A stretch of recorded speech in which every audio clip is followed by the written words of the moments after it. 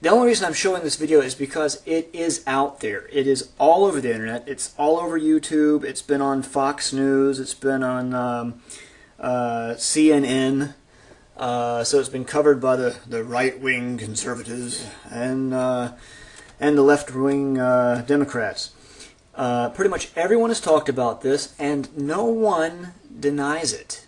No one denies that President Obama uses covert hypnotic techniques when he speaks. Now, let me say in President Obama's defense here that most politicians use some form of covert hypnosis in their speeches. Once you learn the basics of covert hypnosis, you'll start noticing it in television ads, radio commercials. It's really all over the place. And frankly, I think the video that I'm fixing to show is a little bit politically divisive. Okay, so please watch it with the idea that I'm not trying to be political. I'm just trying to inform you on some really cool and really powerful hypnotic techniques. Please do not consider this video to be an endorsement or an attack on anybody.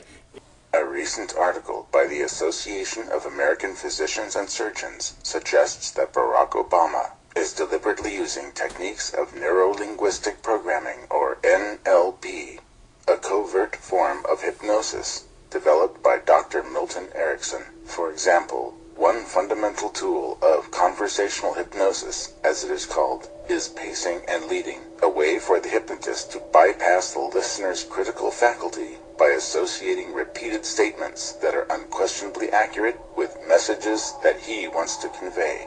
In his Denver acceptance speech, Obama repeatedly used the phrases, "That's why I stand here tonight," or "Now is the time," and "This moment," repeated 14 times. Paces are connected to the lead words, such as "and," "as," "because," or "that is why." For example, "We need change," a statement which is so abstract that one cannot disagree with it, and "That is why I will be your next president." Some other very obvious techniques of trance induction used by Barack Obama include extra slow speech, repeated abstract metaphors, vagueness, chains of imagery, and the raising of emotional tension. Frequently, hypnotists will have their subjects count backwards as part of hypnosis induction. Obama uses the same technique in his speeches. He often uses repeating patterns of numbers which are abstract and seem to have little connection to the content of the speech. This is a distraction technique of hypnosis, assigning a meaningless task to the rational mind to distract it, thus leaving the subject unguarded by the rational mind and open to the hypnotist's suggestion. Obama said in one speech, quote, "A light will shine down from somewhere. It will shine upon you. You will experience an epiphany, and you will say to yourself, quote, I have to vote for Barack," end quote. Note that he is not presenting people with a choice. You will have to vote for Barack. It is not a logical choice, but rather one directed by some mystical subconscious force. Why would a politician make such a statement? Obama's techniques seem to be especially effective on young people and highly educated people, both considered to be especially susceptible to techniques of hypnosis. It is noteworthy, for example, that many Jews are supporting a candidate who is openly endorsed by Hamas, Louis Farrakhan, Khalidi, and the nation of Iran, all of them stated enemies of the nation of Israel.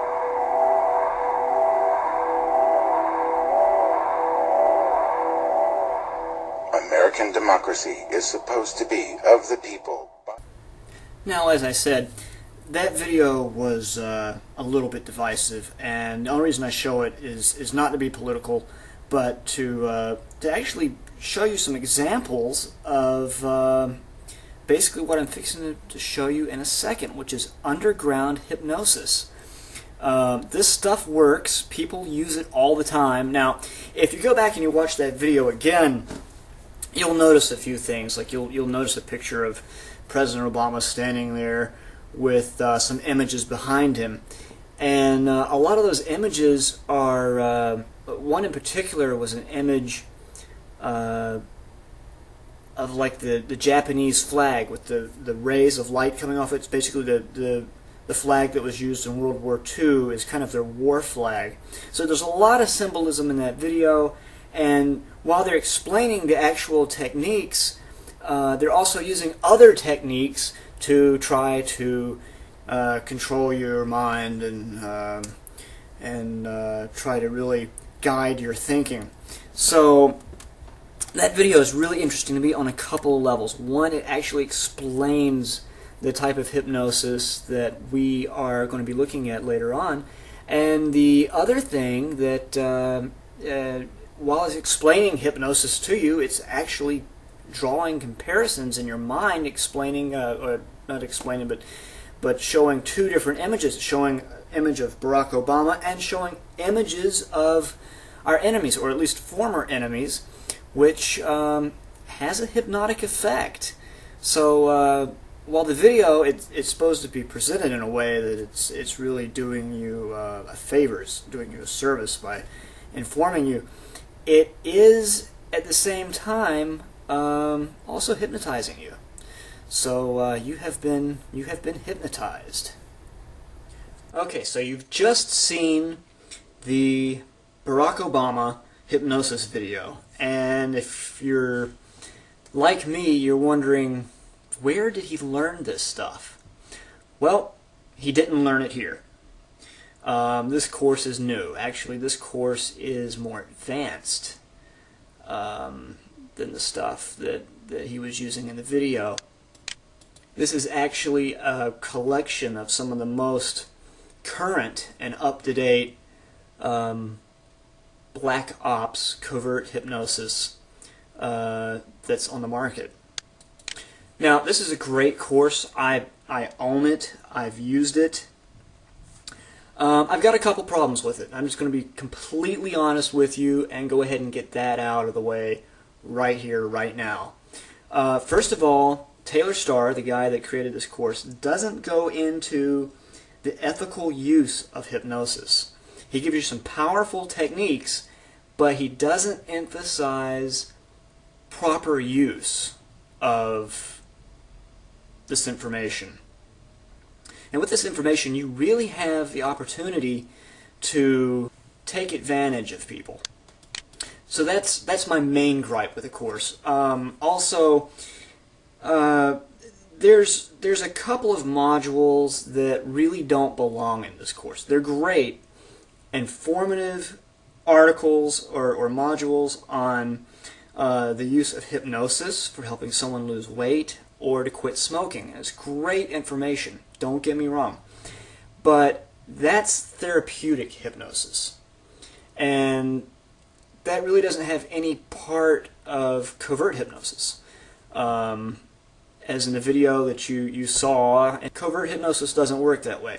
So it's good information on hypnosis. It just doesn't really have anything to do with what you're learning here in this course.